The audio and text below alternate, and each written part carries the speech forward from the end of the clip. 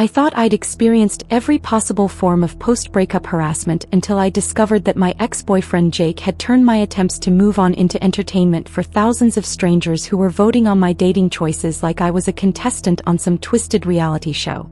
For 6 months, every coffee date, every conversation, every private moment I thought I was sharing with new people was actually being broadcast to an audience that had been manipulated into believing they were helping me find true love. Jake and I had dated for about 8 months, and the relationship had been exhausting from start to finish. He was one of those people who turned everything into a performance, constantly documenting our lives on social media and treating our relationship like content to be consumed by his followers. At first, I found his enthusiasm for sharing our experiences kind of charming. He seemed proud to be with me and wanted everyone to know how happy we made each other. But Jake's need for external validation gradually became suffocating. He couldn't enjoy a meal, a sunset, or even a quiet moment together without photographing it and crafting the perfect caption to maximize engagement from his audience. Our conversations started revolving around what would perform well online rather than what we actually wanted to do together. I began to feel like I was dating his personal brand rather than an actual human being. The breaking point came when I discovered Jake had been staging many of our supposedly candid moments, setting up elaborate scenarios designed to create viral-worthy content without telling me what he was doing. Our spontaneous weekend getaway had been planned with sponsor partnerships. Our random encounters with his friends had been carefully orchestrated for maximum social media impact. Even our fights had been strategically timed to generate sympathy and engagement from his followers. When I confronted Jake about turning our relationship into a performance, he seemed genuinely confused about why I was upset. In his mind, he was celebrating our love and sharing our happiness with the world. The fact that I felt manipulated and exploited by his content creation strategies didn't seem to register as a legitimate concern. He saw my desire for privacy as selfish and my discomfort with being constantly filmed as evidence that I didn't fully support his career goals. Ending things with Jake was like trying to break up with someone in front of a live studio audience. He turned our split into content, posting lengthy explanations about our journey together and what we'd learned from each other during our time as a couple. He asked his followers to respect both of our privacy during this difficult time while simultaneously sharing intimate details about our relationship and the reasons for our breakup. I thought the worst of Jake's public oversharing was behind me once I blocked him on all social media platforms and made it clear that I didn't want any further contact. I was looking forward to dating again without every interaction being potential content for someone else's personal brand. I had no idea that Jake had been planning something far more elaborate and invasive than simple social media posts about our relationship.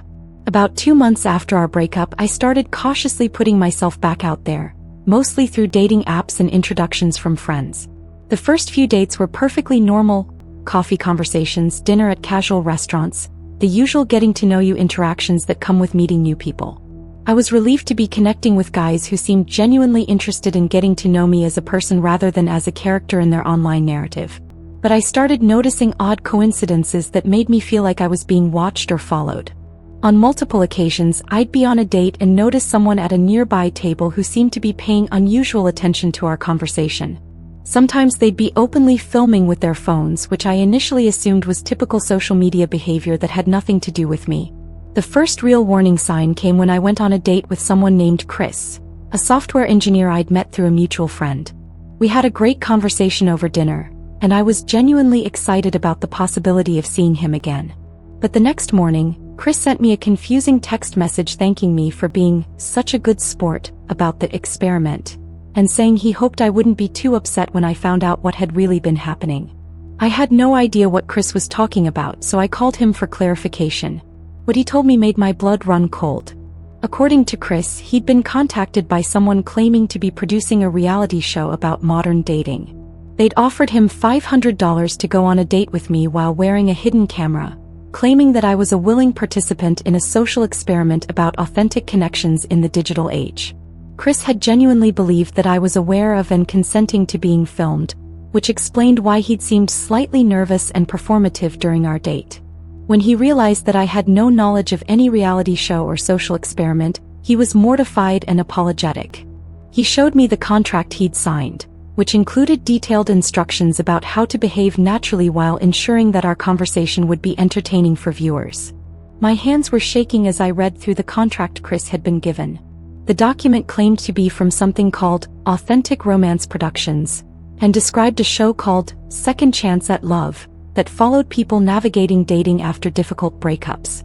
According to the contract, I was supposedly the willing star of the show, and Chris was being hired to participate in a genuine date experience that would be edited into episodes for online streaming. But I'd never heard of Authentic Romance Productions, never agreed to be on any reality show, and certainly never consented to having my dates filmed without my knowledge. Someone had created an entire fake production company and was using it to trick men into secretly recording my attempts to move on from my relationship with Jake. I spent the rest of that day frantically calling other guys I'd been on dates with recently, and the pattern that emerged was both clear and terrifying. Every single one had been contacted by producers, offering payment to go on camera dates with me. Some had been told I was doing a documentary about modern romance. Others were told it was a social media experiment or a marketing campaign for a dating app. But all of them had been given the same basic instruction: act natural while making sure to capture interesting moments that could be edited into entertaining content. The most chilling discovery was that these fake producers had detailed information about my preferences, my schedule, and my personality that they were using to coach my dates on how to behave around me. They knew I loved craft beer and independent bookstores. They knew I was passionate about animal rescue and had strong opinions about social justice issues. They even knew personal details about my family and career that I'd only shared with people I trusted completely. There was only one person who had access to that level of intimate information about my life: Jake.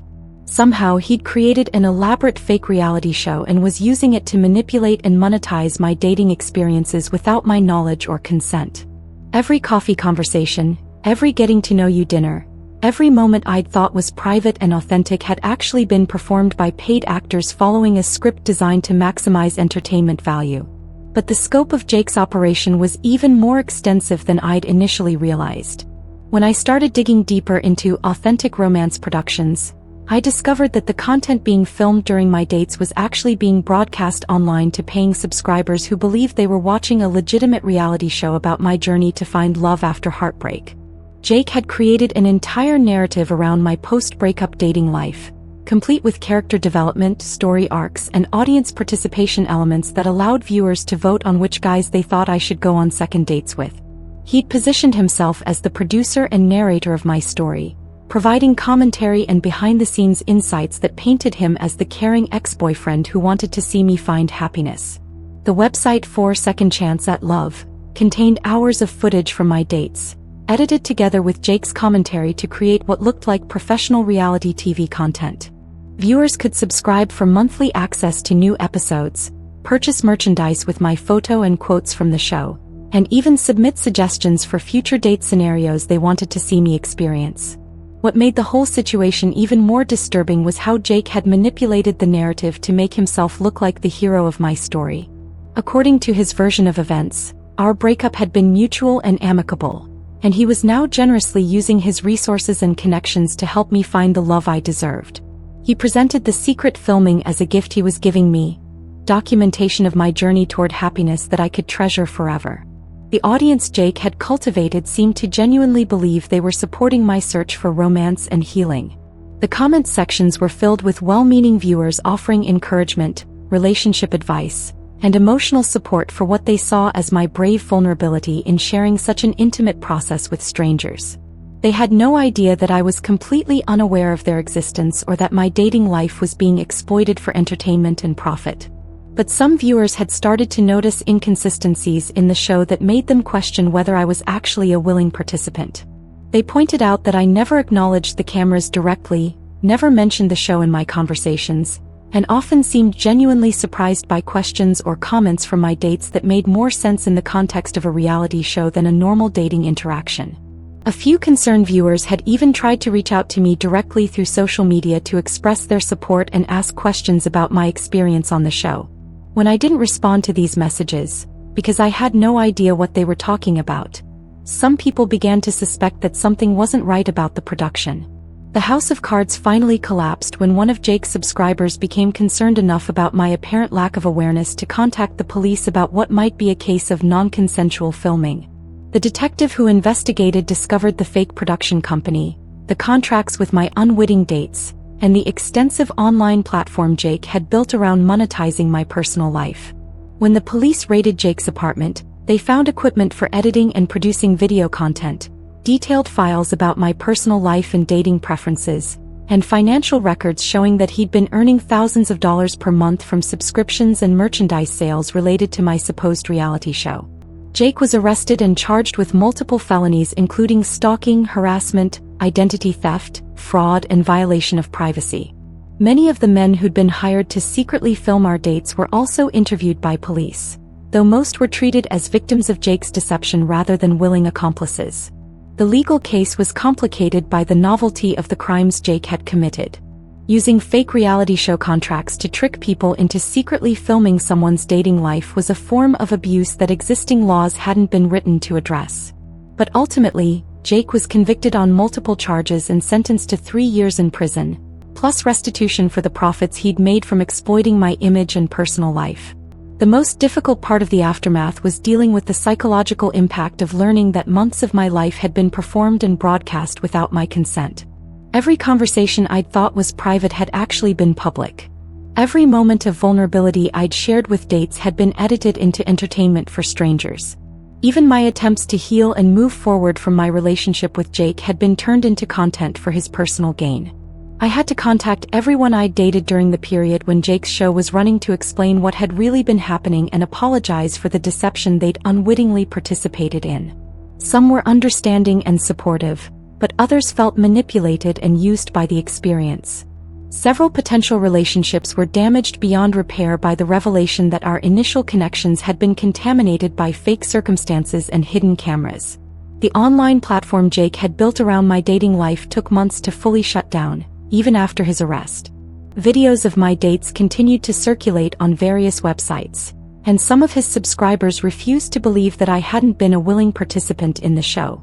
I had to hire a lawyer specializing in digital privacy to help remove unauthorized content and prevent further distribution of the footage. It's been over a year since Jake was convicted and imprisoned, and I'm still dealing with the aftermath of his elaborate scheme.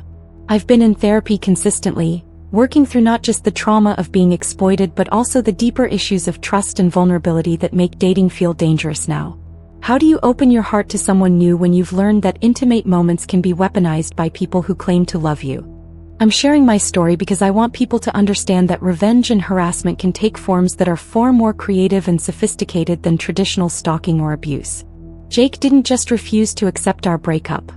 He turned my recovery process into a business model, profiting from my vulnerability while convincing himself and others that he was doing something generous and supportive. The experience taught me that in our connected, content-driven world, privacy is something that has to be actively protected and defended. The technologies that allow us to share our lives and connect with others can also be used to exploit and manipulate us by people with enough creativity and malicious intent. If someone in your life has a history of treating relationships like content, monetizing personal experiences, or refusing to respect boundaries around privacy and consent, pay attention to those patterns as potential warning signs of how they might behave if the relationship ends badly. The person I was before Jake turned my dating life into a reality show was trusting and open to new experiences. The person I am now is more cautious but also more aware of my rights and boundaries. I'm learning to date again slowly and carefully, but I'm determined not to let Jake's exploitation prevent me from finding genuine connection and love. Recovery from this kind of violation requires not just healing from the trauma but also reclaiming ownership of your own narrative. Jake tried to turn me into a character in his story, but ultimately, I'm the author of my own life, and no one has the right to monetize or broadcast my journey without my consent. I used to think gaslighting was just a trendy term people threw around when they felt misunderstood in arguments. I never imagined it could be weaponized by someone who claimed to love me, turned into a systematic campaign involving multiple people working together to make me question my own sanity. For 4 months after I left Derek, I lived in a carefully constructed alternate reality designed to convince me that I was losing my mind and that returning to him was my only path back to sanity. Derek and I had been together for almost 2 years, and for most of that time, I genuinely believed I was the problem in our relationship. He had this incredible ability to make me feel like my perceptions were always slightly off, my memories unreliable, my emotional reactions inappropriate for whatever situation we were dealing with. Arguments that I remembered as being about his controlling behavior would somehow become conversations about my oversensitivity and inability to handle constructive feedback. By the end of our relationship, I felt like I was living in a fog of constant self-doubt. Derek would tell me I'd agreed to plans I had no memory of making, deny conversations that I distinctly remembered having, and gently suggest that my work stress might be affecting my ability to think clearly. He'd present these concerns with such love and compassion that I'd end up apologizing for being difficult instead of questioning why I felt so confused all the time. The final breaking point came when I caught Derek going through my phone, and confronting him led to a 3-hour argument where he somehow convinced me that I'd actually given him permission to check my messages because I'd been acting secretive lately. As I lay awake that night, trying to remember when I might have agreed to let him invade my privacy, I finally realized that Derek hadn't been helping me understand my own behavior. He'd been systematically undermining my trust in my own perceptions and memories. Leaving Derek felt like waking up from a nightmare I hadn't realized I was trapped in. Within days of moving out, my mind felt clearer than it had in months. I stopped second-guessing every decision, stopped apologizing for thoughts and feelings that were perfectly reasonable, stopped feeling like I needed someone else to validate my experiences before I could trust them. I threw myself into rebuilding my sense of self. Reconnecting with friends Derek had gradually convinced me were bad influences, pursuing hobbies he'd subtly discouraged, and generally rediscovering who I was when I wasn't constantly being told that my perceptions were wrong. For about 6 weeks, I felt like I was finally healing from the psychological damage Derek had inflicted during our relationship. That's when the incidents started happening. At first, they were small things that seemed like normal post-breakup coincidences. I'd run into people who knew Derek at coffee shops or bookstores, and they'd make casual comments about how sorry they were that we'd broken up, how Derek had mentioned that I'd been going through a tough time lately, how they hoped I was getting the help I needed. The conversations always felt slightly off, but I chalked it up to the awkwardness of discussing a recent breakup with mutual acquaintances. But the comments became more specific and more concerning over time. A woman at my gym mentioned that Derek had told her I'd been having trouble sleeping and suggested I try a new meditation class. A coworker's friend at a party asked how my therapy was going, referencing sessions I'd never mentioned to anyone and wasn't even attending. People seemed to know details about my supposed mental health struggles that I'd never shared with Derek or anyone else. The most unsettling incidents involved people claiming I'd done or said things I had no memory of. A barista at my favorite coffee shop mentioned that I'd seemed really upset the last time I was there, saying I'd been crying and talking about feeling overwhelmed by life changes. But I distinctly remembered my last visit to that coffee shop being perfectly pleasant and uneventful. My neighbor knocked on my door to check on me after hearing me screaming and throwing things the night before, but I'd spent that entire evening quietly reading a book. A friend called to ask why I'd canceled our dinner plans with such a bizarre voicemail, but I'd never made those plans or left any voicemail. Each incident made me question my own memory and mental state in ways that felt eerily familiar from my relationship with Derek. The pattern escalated when people started approaching me with concern about behaviors that seemed completely out of character. A woman at the grocery store said I'd been talking to myself in the produce section the week before, having an animated argument with someone who wasn't there. A librarian mentioned that I'd been agitated during my last visit, speaking loudly and bothering other patrons before storming out abruptly. These reported incidents were so unlike my normal behavior that they should have been obviously false, but they were described with such specific detail and genuine concern that I started wondering if I might be having some kind of psychological break. Was the stress of leaving Derek causing me to act out in ways I couldn't remember? Was I so traumatized by the gaslighting I'd experienced that I was now gaslighting myself? The confusion and self-doubt reached a crisis point when multiple people in my life started expressing coordinated concern about my well-being. My sister called to say she'd gotten a worried message from Derek explaining that I'd been exhibiting erratic behavior and might need professional help. My boss mentioned that someone had contacted HR with concerns about my mental stability affecting my work performance. Even my landlord received a call suggesting that I might be a danger to myself or others. All of these concerned parties had supposedly been contacted by people who'd witnessed my troubling behavior firsthand. But when I tried to trace these reports back to their sources, the details never quite added up. The person who'd called my sister claimed to be a mutual friend, but couldn't provide specific identifying information. The HR complaint had come from an anonymous source with intimate knowledge of my personal life. The call to my landlord had been made by someone claiming to be a healthcare professional, but they'd refused to provide credentials or contact information. The psychological pressure was overwhelming.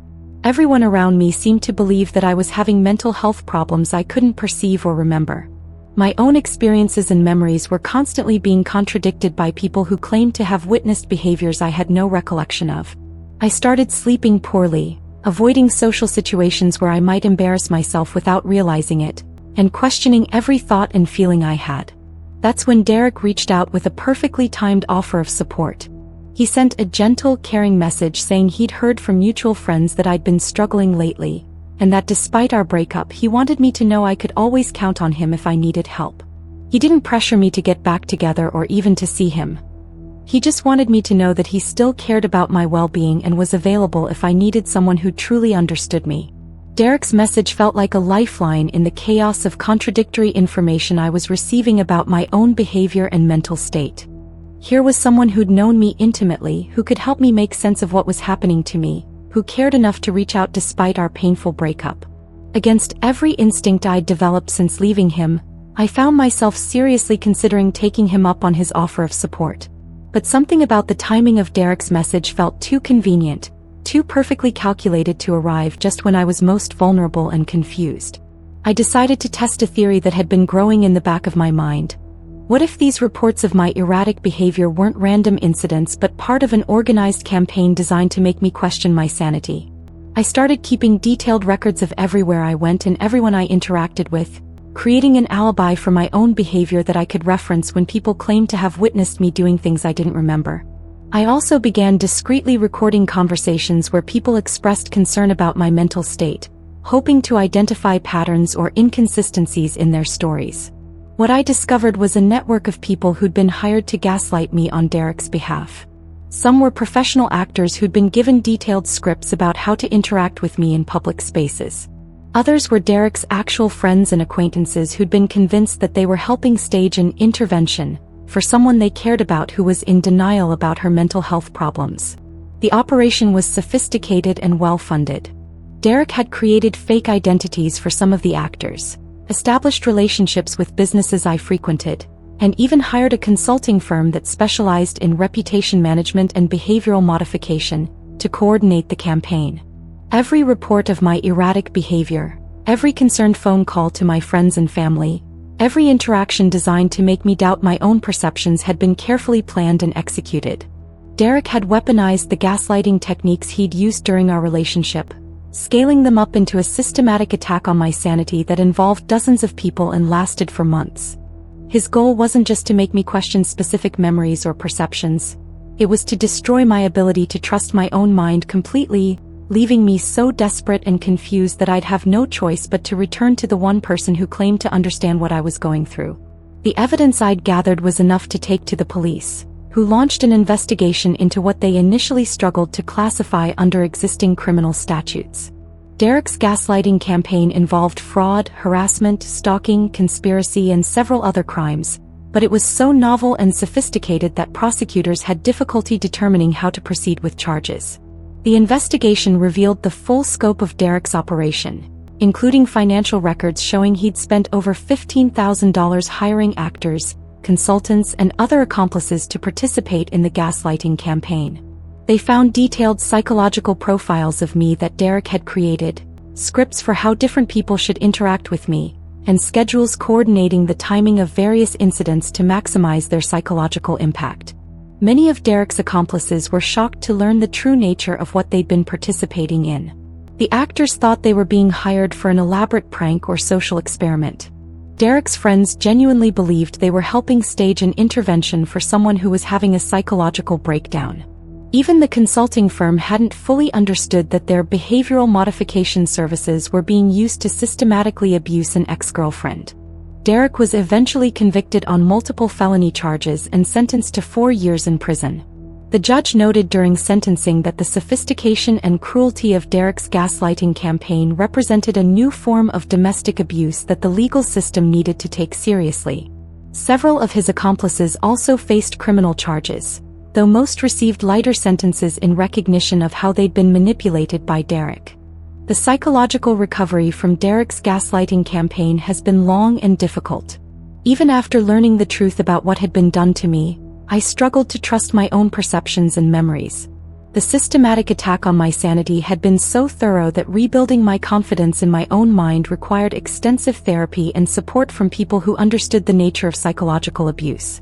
It's been almost 2 years since Derek's campaign was exposed and he was sent to prison, and I'm still working through the trauma of having my reality systematically manipulated by someone who claimed to love me. The experience taught me that gaslighting isn't just about individual interactions or specific disagreements. It can be a coordinated assault on someone's sanity that involves multiple people and sophisticated planning. I'm sharing my story because I want people to understand that if you're questioning your own memories, perceptions, and mental state after leaving an abusive relationship, those doubts might not be natural consequences of trauma. They might be evidence that your abuser is continuing to manipulate you through more subtle means. Trust your instincts if people around you start expressing coordinated concern about mental health issues you're not experiencing, if you're hearing reports of behaviors you don't remember, or if your ex-partner conveniently offers support just when you're feeling most confused and vulnerable. The person I was before Derek's gaslighting campaign was confident in my own perceptions and comfortable trusting my instincts. The person I am now has had to rebuild that trust from the ground up, but I'm stronger for having survived such a systematic attack on my sanity. I know now that my mind is my own, and no one has the right to manipulate my reality for their own purposes. Recovery from this kind of psychological abuse requires not just healing from the trauma but also learning to distinguish between genuine self-doubt and manufactured confusion. Derek tried to convince me that I couldn't trust my own mind, but ultimately, my sanity was the one thing he couldn't take away from me, even when he hired an army of people to try. If you're experiencing similar attacks on your perception of reality, remember that gaslighting only works when you're isolated and unsure of yourself. Seek support from people outside your abuser's influence, document your experiences carefully, and trust that your version of events is valid even when others try to convince you otherwise. The most insidious form of abuse is the kind that makes you complicit in your own destruction by convincing you that you're the problem. But no matter how sophisticated or coordinated the campaign against your sanity might be, you have the right to trust your own experiences and the strength to reclaim your reality. I never thought a simple text about a family emergency could lead to the most terrifying night of my life, but that's exactly what happened when my ex-boyfriend Nathan used my compassion and love for my family against me in the most calculated, cruel way imaginable. What I thought was a race to help my injured mother turned into a nightmare that made me realize some people will cross any line to maintain control over someone who's trying to escape them. Nathan and I had been together for about 1.5 years. And the relationship had been a slow descent into emotional manipulation and control that I didn't fully recognize until I was already trapped in it. He was charming and attentive at first, the kind of guy who remembered every detail about your life and seemed genuinely invested in your happiness. But gradually, his attentiveness became surveillance, his protectiveness became possessiveness, and his love became a cage that got smaller every day. By the end of our relationship, Nathan had opinions about everything: my job, my friends, my family, even my clothes and hobbies. He had this way of presenting his controlling behavior as concern for my well-being, making me feel guilty for wanting independence and questioning his judgment. When I finally worked up the courage to leave him, it felt like escaping from prison, even though I knew Nathan wouldn't make it easy. The breakup was exactly as difficult as I'd expected. Nathan went through all the classic stages of an abuser losing control: denial, bargaining, anger, and threats. He showed up at my new apartment unannounced, sent hundreds of text messages alternating between apologies and accusations, and even contacted my family and friends to tell them I was making a terrible mistake that I'd regret for the rest of my life. After about 2 months of constant harassment, I finally got a restraining order against Nathan and blocked him on every platform I could think of. For a few weeks, life was blissfully quiet. I started sleeping better, socializing with friends again, and generally rediscovering who I was when I wasn't constantly walking on eggshells around someone who claimed to love me. That peaceful period lasted exactly 6 weeks. Then I got the text message that would change everything. It came from an unknown number at 10:47 p.m. on a Tuesday night. "This is Dr. Martinez from St. Mary's Hospital. Your mother has been in a serious car accident. He's asking for you. Please come immediately. Room 312. My blood went cold as I read the message. My mother was my closest family member, the person I called every few days just to check in and share the small details of our lives. The thought of her lying injured in a hospital room asking for me made my heart race with panic and guilt. Why hadn't someone called me sooner? How badly was she hurt? Was she going to be okay? I immediately tried calling my mother's cell phone, but it went straight to voicemail. I called my aunt, her closest sibling, but got no answer there either. My hands were shaking as I tried to think of what to do next. Should I call the hospital directly to confirm the information? Should I just get in my car and drive there immediately? The panic and fear I was feeling made it hard to think clearly, but something about the text message felt slightly off in ways I couldn't quite identify. Would a doctor really text a family member about a serious accident instead of calling? Would they give out specific room numbers to people they'd never met? Would they contact me from an unknown number instead of the hospital's main line? But my emotional response to the idea of my mother being hurt overwhelmed my rational doubts about the message's authenticity. Even if there was only a small chance that the text was real, I couldn't risk ignoring it and missing the opportunity to be with my mother when she needed me most. I grabbed my keys and purse and rushed out to my car. The drive to St. Mary's Hospital normally took about 20 minutes, but that night it felt like hours. I kept trying to call my mother and aunt, getting increasingly panicked when neither of them answered. I tried calling the hospital's main number, but it was after hours and I kept getting transferred to different departments where no one could give me information about my mother's condition without proper identification. As I pulled into the hospital parking garage, my phone buzzed with another text from the same unknown number. Your mother is stable but asking for you urgently. Come to the west entrance and ask for Dr. Martinez. He's waiting for you there. The west entrance of the hospital was in a relatively isolated area, away from the main lobby and emergency room where most visitors entered. It struck me as odd that a doctor would be waiting at such an unusual location, but everything about this situation felt surreal and confusing.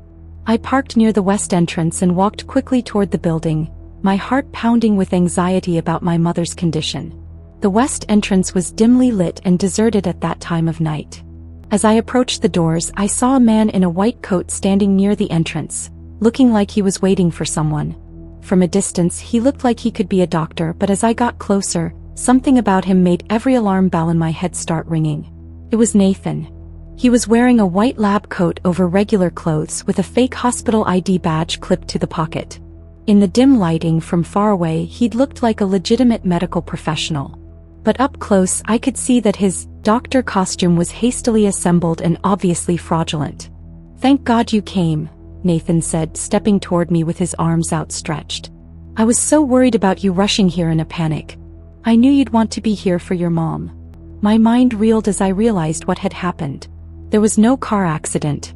My mother wasn't lying injured in a hospital room asking for me. Nathan had created an elaborate fake emergency specifically to get me to come to an isolated location where he could approach me without violating the restraining order I had against him. Nathan, what the hell is wrong with you? I said, backing away from him toward my car. There's no emergency, is there? My mother isn't here. Nathan's expression changed from fake concern to something colder and more desperate. Your mother is fine, but you and I need to talk. You've been ignoring me, avoiding me, pretending like what we had didn't mean anything. I had to find a way to get you to listen to me. I turned to run back to my car, but Nathan was faster than I'd expected.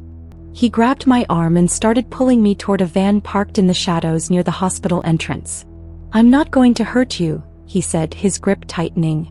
I just need you to understand how much you mean to me, how wrong you were to leave. We're going somewhere we can talk privately. Terror and adrenaline kicked in as I realized Nathan had planned this whole scenario as a kidnapping attempt. He'd used my love for my family, my fear of losing someone important to me, to lure me to an isolated location where he could take me somewhere against my will. The fake doctor costume, the hospital location, the urgent text messages. It had all been an elaborate trap. I started screaming and fighting against Nathan's grip, hoping someone in the hospital might hear me and come to help. But the west entrance was too far from the main areas of the building, and at that time of night, there was no foot traffic in that part of the parking area. Nathan was dragging me toward the van, and I realized that if he got me inside, I might never be seen again. Just as Nathan was reaching for the van's door handle, a security guard rounded the corner on his patrol rounds. The guard immediately recognized that something was wrong. A man in a fake lab coat forcibly dragging a screaming woman toward a vehicle was obviously a dangerous situation that required intervention. "Hey!" the security guard shouted, reaching for his radio. "Let her go right now and put your hands where I can see them." Nathan hesitated for a split second, looking between me, the security guard, and his van like he was calculating whether he could still complete his kidnapping plan. That moment of hesitation gave me the opportunity one needed to break free from his grip and run toward the security guard. "He's not a real doctor," I screamed as I ran. "He created a fake emergency to get me here. He has a restraining order against him." The security guard immediately called for backup and police assistance while positioning himself between Nathan and me. Nathan seemed to realize that his plan had failed and that continuing to fight would only make his legal situation worse. He put his hands up and allowed the security guard to detain him until police arrived. The next few hours were a blur of police interviews, evidence collection, and trying to process what had almost happened to me. Nathan had prepared extensively for his kidnapping attempt, complete with zip ties, duct tape, and other restraints in his van. He'd researched my family's medical history to make his fake emergency text more believable, and he'd even created fake hospital identification and documentation to support his doctor disguise. During his arrest and subsequent interrogation, Nathan showed no remorse for what he'd tried to do. He seemed genuinely convinced that kidnapping me was a romantic gesture, a way to force me to listen to his feelings and realize that we belonged together. He talked about the elaborate plans he'd made for where he would take me and how he would convince me to give our relationship another chance. The legal consequences for Nathan were severe. He was charged with attempted kidnapping, stalking, fraud, impersonating a medical professional, and violating the restraining order I had against him. The judge noted during sentencing that Nathan's willingness to exploit family emergencies and medical crises for his own purposes showed a level of manipulation and callousness that made him extremely dangerous. Nathan was sentenced to 8 years in prison, the maximum penalty possible given his charges and criminal history. The judge also issued a permanent restraining order that would remain in effect even after Nathan's release from prison. During the victim impact statement phase of the trial, I was able to tell the court about the psychological trauma Nathan had inflicted not just through the attempted kidnapping but throughout our entire relationship. The most difficult part of recovery was dealing with the trust issues that Nathan's fake emergency had created. He'd weaponized my love for my family, my natural instinct to help people in crisis, and my compassion for others suffering. For months afterward, every unexpected phone call or urgent message made me panic, wondering if it might be another trap designed to exploit my caring nature. I had to work with a therapist who specialized in trauma recovery to rebuild my ability to respond to genuine emergencies without being paralyzed by fear that they might be fake. I learned strategies for verifying urgent information through multiple sources, ways to trust my instincts when something feels wrong, and methods for protecting myself while still maintaining my natural empathy and desire to help others. It's been 3 years since Nathan's attempted kidnapping, and I'm still working through some of the psychological effects of that night. But I've also developed a strength and awareness that I never had before. I know now that there's no limit to how far an abusive person might go to maintain control over their victim, and I'm better equipped to recognize and respond to manipulation tactics that exploit my compassion. I'm sharing my story because I want people to understand that abusers often use our best qualities against us. Our love for family, our desire to help others, our willingness to trust and believe people we care about. If you receive urgent messages about family emergencies from unknown numbers, especially if they direct you to isolated locations or seem designed to bypass your normal safety precautions, take time to verify the information through independent sources before responding. The person I was before Nathan's fake emergency was trusting and responsive to others' needs, sometimes to my own detriment. The person I am now is still caring and empathetic, but I'm also more cautious about verifying urgent information and protecting myself from people who might exploit my compassion for malicious purposes. If someone in your life has shown controlling or manipulative behavior, pay attention to how they handle your attempts to establish boundaries or leave the relationship. Someone who truly loves you will respect your decisions and give you space when you ask for it. Someone who sees you as property to be controlled will escalate their tactics and may be willing to commit serious crimes to prevent you from escaping their influence. Trust your instincts, verify urgent information through multiple sources, And never hesitate to contact law enforcement if someone is using threats, emergencies, or other crisis situations to force you into contact or compliance. Your safety is more important than anyone's feelings, and you have the right to protect yourself from people who would exploit your love and compassion for their own purposes. The most dangerous predators are often the ones who study their victims carefully enough to know exactly which emotions and vulnerabilities to target. But no matter how elaborate or emotionally manipulative someone's tactics might be, you have the strength to recognize abuse and the right to escape from it safely. I thought therapy would be my safe space to heal from the emotional abuse I'd endured during my 2-year relationship with Brandon, but I never imagined that he would find a way to infiltrate even that sanctuary and turn my own mental health treatment into another weapon against me. For 3 months, I sat in sessions with Dr. Patricia Williams, pouring out my heart about the trauma I'd experienced, while she secretly believed I was a violent, unstable person who posed a danger to my ex-boyfriend and potentially to her. Brandon had been a master manipulator throughout our relationship, with an uncanny ability to present himself as the reasonable, caring partner while making me feel like I was the source of all our problems. He had a way of twisting every argument, every disagreement, every moment of legitimate anger or frustration on my part into evidence that I was emotionally unstable and needed his guidance to manage my reactions appropriately. By the end of our relationship, I genuinely questioned my own sanity. Brandon had convinced me that I was too sensitive, too reactive, too quick to anger, and that my perceptions of his behavior were distorted by my own psychological issues. When friends or family members expressed concern about how he treated me, he'd shake his head sadly and explain that I had a tendency to exaggerate and misremember things when I was upset. The final breaking point came when I caught Brandon reading my personal journal, something I'd been writing in as a way to process my feelings and maintain some sense of my own reality during our increasingly confusing relationship. When I confronted him about this violation of privacy, he calmly explained that he'd been monitoring my journal because he was worried about my mental state and wanted to make sure I wasn't developing any dangerous thoughts about him or our relationship. That conversation was like a light bulb finally switching on in my mind. I realized that Brandon hadn't been trying to help me understand my own behavior. He'd been systematically undermining my confidence in my own perceptions while positioning himself as the expert on my psychological well-being. I'd been living in his version of reality for so long that I'd almost forgotten what my own thoughts and feelings actually were. Leaving Brandon felt like emerging from a fog that had been clouding my judgment for months. Within days of moving out and cutting off contact, I started to feel like myself again. More confident in my perceptions, less apologetic about my emotions, more trusting of my own instincts about people and situations. But I also knew I needed professional help to fully process what I'd been through and rebuild my sense of self. I found Dr. Williams through my insurance company's directory of mental health providers. She specialized in trauma therapy and had excellent reviews from other patients who'd worked with her to recover from abusive relationships.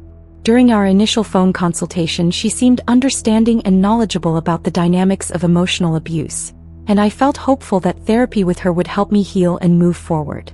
Our first few sessions went exactly as I'd hoped they would. Dr. Williams was a good listener who asked thoughtful questions and helped me identify patterns in my relationship with Brandon that I hadn't fully recognized.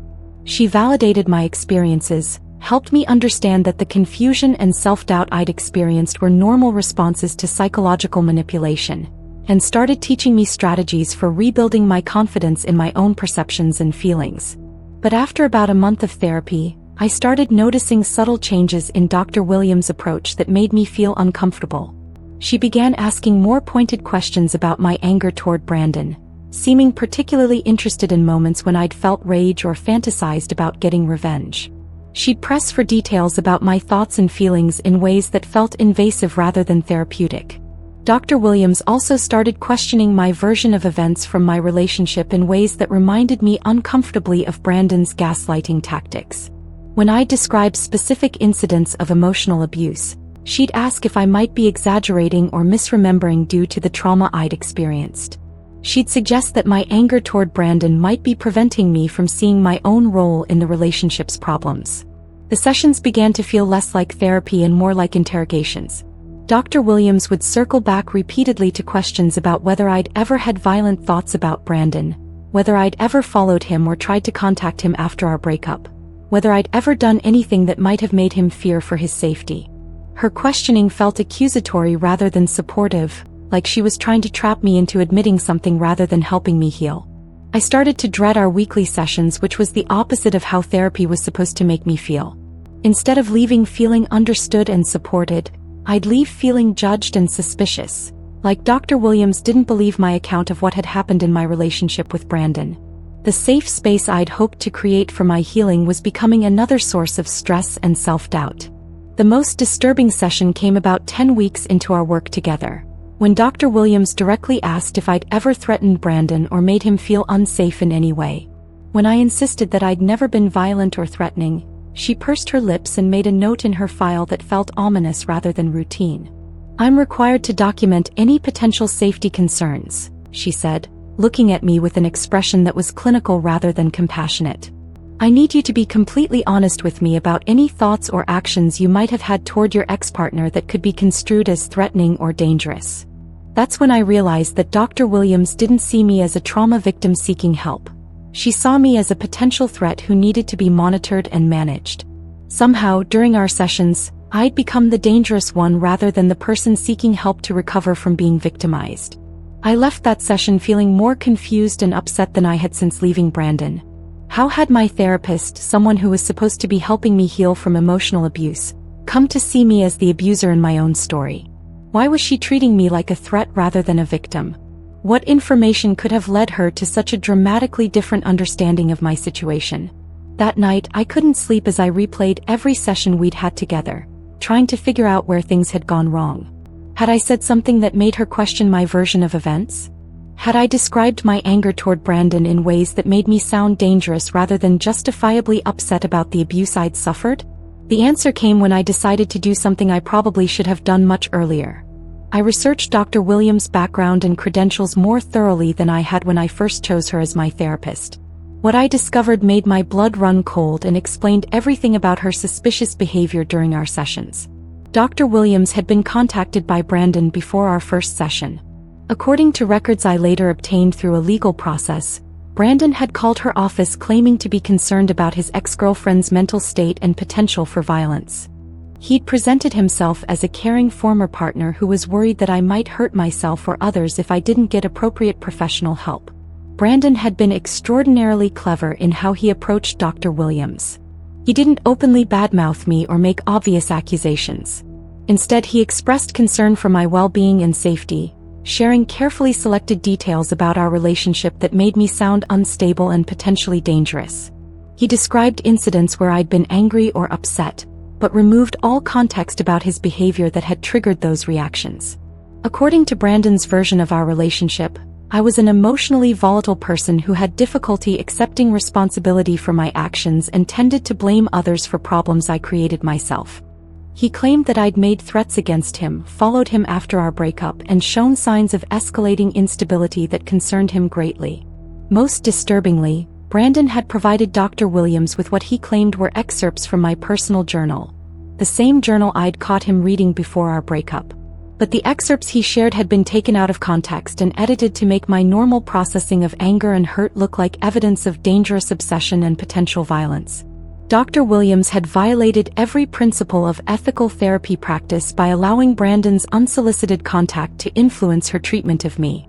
She should have refused to speak with him at all, or at minimum should have disclosed his contact and his claims during our first session so I could provide context and corrections to his version of events. Instead, she'd entered into our therapeutic relationship already convinced that I was a potentially dangerous person who needed to be managed rather than helped. Every question she asked, every intervention she attempted, every note she made in my file was filtered through Brandon's manipulation and lies about who I was and what I was capable of. The realization that my own therapist had been working against me rather than for me was devastating in ways I couldn't have imagined. Therapy was supposed to be the one place where I could be completely honest about my experiences and feelings without fear of judgment or manipulation. Learning that Brandon had corrupted even that safe space felt like the ultimate violation of my autonomy and recovery process. But it also explained so much about why therapy hadn't been helping the way I'd expected it to. Instead of validating my experiences and helping me rebuild my confidence, Dr. Williams had been subtly reinforcing the same self-doubt and confusion that Brandon had created during our relationship. She'd been gaslighting me under the guise of professional mental health treatment. I immediately stopped seeing Dr. Williams and filed complaints with her professional licensing board and the clinic where she worked. The investigation that followed revealed that she'd not only violated ethical guidelines by accepting unsolicited information about me from Brandon, but she'd also failed to maintain appropriate documentation about his contact and influence on her treatment decisions. Dr. Williams lost her license to practice therapy and was required to pay substantial fines for her ethical violations. The clinic where she worked also faced sanctions for failing to supervise her practice appropriately and for not having adequate protocols to prevent this kind of manipulation of the therapeutic process. But the professional consequences for Dr. Williams couldn't undo the damage that her corrupted therapy had done to my recovery process. I'd spent 3 months believing that my own therapist saw me as dangerous and potentially violent, which reinforced all of Brandon's gaslighting about my mental state and emotional stability. I'd been seeking help for trauma, but instead I'd experienced additional trauma at the hands of someone who was supposed to protect and heal me. Finding a new therapist who could help me process not just the original abuse from Brandon but also the secondary trauma of having my therapy corrupted by his manipulation was incredibly difficult. I had to overcome profound trust issues about the entire mental health profession and learn to differentiate between legitimate therapeutic techniques and the subtle abuse I'd experienced with Dr. Williams. It took almost a year of work with a new therapist, one who specialized in cases where the therapeutic process itself had been compromised by abuser interference, before I felt like I was actually healing from Brandon's psychological abuse rather than being further damaged by attempts to seek help. The most important lesson I learned from this experience was that abusers don't stop trying to control and manipulate their victims just because the relationship has ended. Someone like Brandon, who had spent months studying my psychology and vulnerabilities, was capable of anticipating where I might seek help and finding ways to corrupt those sources of support before I even accessed them. I'm sharing my story because I want people to understand that if you're seeking therapy to recover from an abusive relationship, it's crucial to find a therapist who understands the dynamics of manipulation and control, and who has strong ethical boundaries about accepting information from sources other than their patients. If your therapy feels judgmental rather than supportive, if your therapist seems to question your version of events in ways that remind you of your abuser's gaslighting, or if you feel like you're being treated as a potential threat rather than a trauma victim, trust your instincts and seek a second opinion. The person I was before Brandon corrupted my therapy was already vulnerable and seeking help to rebuild my sense of reality and self-worth. The person I am now understands that recovery from abuse requires not just healing from the original trauma, but also protecting yourself from ongoing manipulation attempts that can take incredibly sophisticated and unexpected forms. Abusers like Brandon understand that their victims will eventually seek professional help, and the most dangerous ones will try to corrupt that help before their victims can access it. But with awareness, strong ethical guidelines, and therapists who understand these dynamics, it's possible to reclaim the therapeutic process and use it for genuine healing rather than continued abuse.